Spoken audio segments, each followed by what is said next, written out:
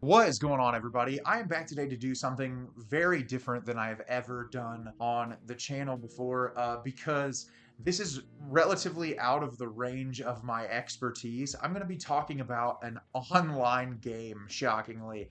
And you guys might be surprised by this, but when I was younger, much younger, I used to be huge into gaming. I loved playing video games. I spent a lot of time playing video games when I was a younger kid. And growing up, I've always appreciated the gaming world, but I haven't necessarily had the time in my adult life to be able to play games the way that I used to. I talked about it in my Q&A session, but like most that I've done recently is play like Stardew Valley. There's a couple of games that I enjoy, but played this game in particular because one of the coolest people in my life plays this game all the time and talks about it very openly, and it sounded amazing. And because I love that person a lot, I was like, I really want to check this out. It seems like something that would be right up my alley. And I started playing this game, and I have become, I would say, obsessed with it. And I think that on the surface, you see what this is and you're like, oh, I have some kind of an idea as to what this game would be like. But as you're playing it, I was really compelled at the fact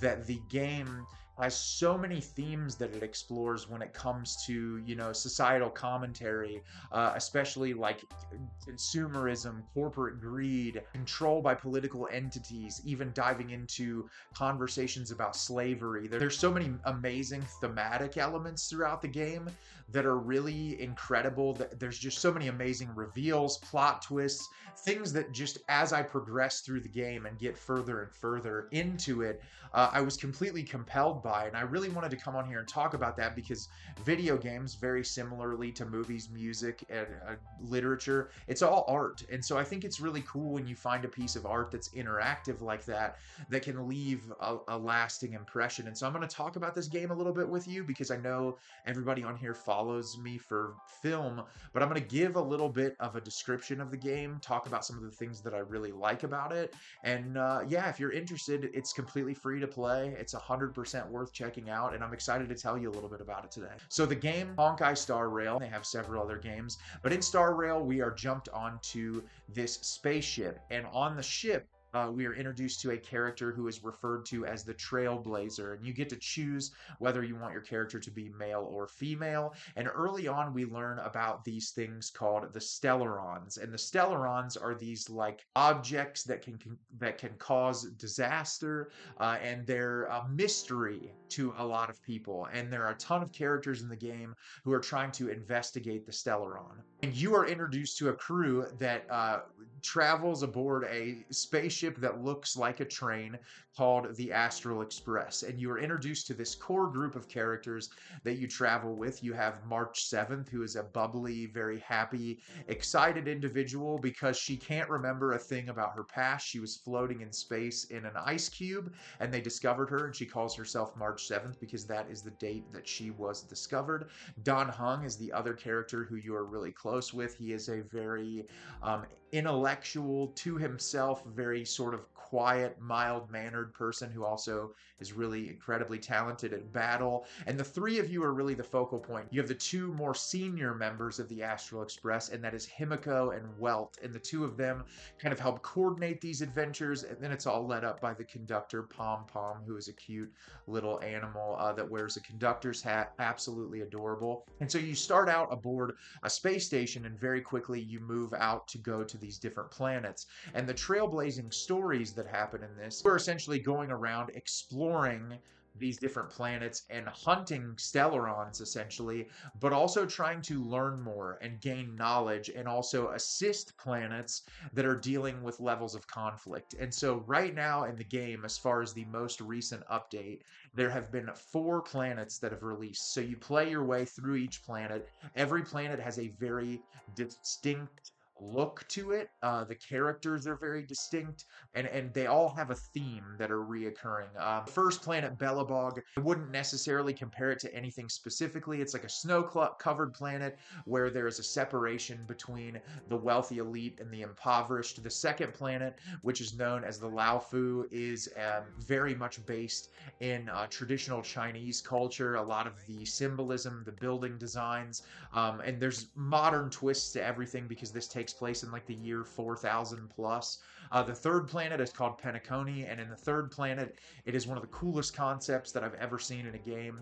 You go to this planet, and there's this giant hotel that you go into. You check in a room, and you fall asleep. And when you wake up, you are essentially in a dream world. You like float in a pool, and this dream world is just like the most magical, incredible thing you could ever imagine, except it's not, because there's sinister things going on underneath the surface. And then the final planet that they're working on right now, well, not the final planet of the game, but the final one that's currently developed, there's a new one coming out next year, is Amphorius, which is very heavily based on Greek culture. And so you have these planets, you're going around exploring, and you travel around, you collect certain items, you level up your character, but most of the game is turn-based combat, which if you are not familiar and you're not a gamer, turn-based combat is your character will do something and then you move to another character. Your party has 4 people in it, and so you'll move through, the villains go, and it kind of flips based on how you approach the villain, who attacks first, all of these different things. So like I said, I am completely and totally floored by this game for a number of reasons. For starters, you know how much I love animated films, but the animation in the game itself is absolutely remarkable, especially recently. If you go onto their YouTube channel or any of their social medias, they do a lot of promotion for the game, and there'll be a lot of cutscenes and certain things done in very specific animation styles, and those exist in the game now, and I feel like it makes it all the more compelling and engaging when you're experiencing these things through animation styles that you've seen in other things before, but that are done in a way that's just very compelling. Like the color palettes, the design of these characters, each and every character has such a distinct look to them, and I just feel like it's so incredible, especially because of how much the game does to really investigate the lore of these characters, so you can learn with them and kind of understand their experiences. And that's one of the things I really love about the game, is the beautiful animation. But the storytelling in this game is so incredible. It's kind of funny to say, but it's very reminiscent of like Star Trek, this whole like going out and seeking knowledge of the universe while also being people that help keep the peace, or if there are issues, you are the one that is helping these planets overcome that. And I just think that there's so many moments in this game that are incredible. I don't want to dive too heavy into plot beats if you're very interested in playing the game, but like the first planet, Belobog, that you go to, the entire part of the planet is this separation between the wealthy elite and the lower class, and how they live and how they operate, and how the wealthy elite sort of utilize all of this false misinformation in order to control people. And I think that it's so indicative of things that we see in our current societal structure. Penacony, this dreamscape, obviously you're allured, there's an allure to it because you're brought into this planet that's like, it's dreams, you can do whatever you want, you can accomplish whatever you want, but there's something more sinister going on underneath the surface. And so much about that planet very distinctly reminded me of the United States of America, and there's so many great characters that are introduced throughout that really sort of shed light onto these different things. And there's so many moments throughout these plots, that throughout these quests that you do and these journeys that you have, that I think are incredibly illuminating. There's also some really fun stuff. There's one quest on Penacony that is one of my favorite things that I've done, seen or played in a game or watched in a movie recently, that is all around these monkeys, and it's truly incredible, and it really made me smile a lot. Just really a great time that I enjoyed a lot. And then the current planet, Amphorius, is probably the most deep with the lore and the storytelling, and it's very much rooted in Greek myth.